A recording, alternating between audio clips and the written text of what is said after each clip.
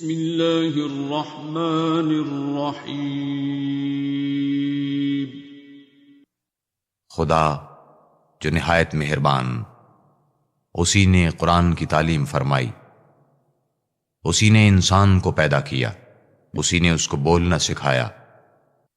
سورج اور چاند ایک حساب مقرر سے چل رہے ہیں، اور بوٹیاں اور درخت سجدہ کر رہے ہیں، اور اسی نے آسمان کو بلند کیا اور ترازو قائم کی کہ ترازو سے تولنے میں حد سے تجاوز نہ کرو، اور انصاف کے ساتھ ٹھیک تولو اور تول کم مت کرو۔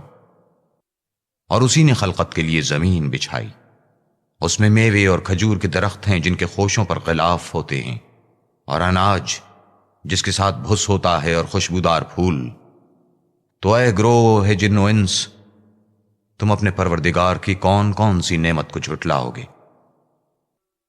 اسی نے انسان کو ٹھیکرے کی طرح کھنکھناتی مٹی سے بنایا، اور جنات کو آگ کے شعلے سے پیدا کیا، تو تم اپنے پروردگار کی کون کون سی نعمت کو جھٹلاؤ گے؟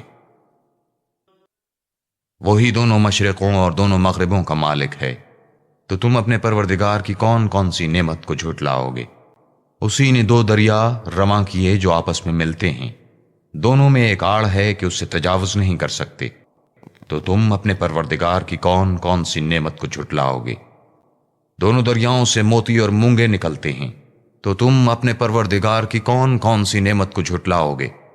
اور جہاز بھی اسی کے ہیں جو دریا میں پہاڑوں کی طرح اونچے کھڑے ہوتے ہیں، تو تم اپنے پروردگار کی کون کون سی نعمت کو جھٹلاؤ گے؟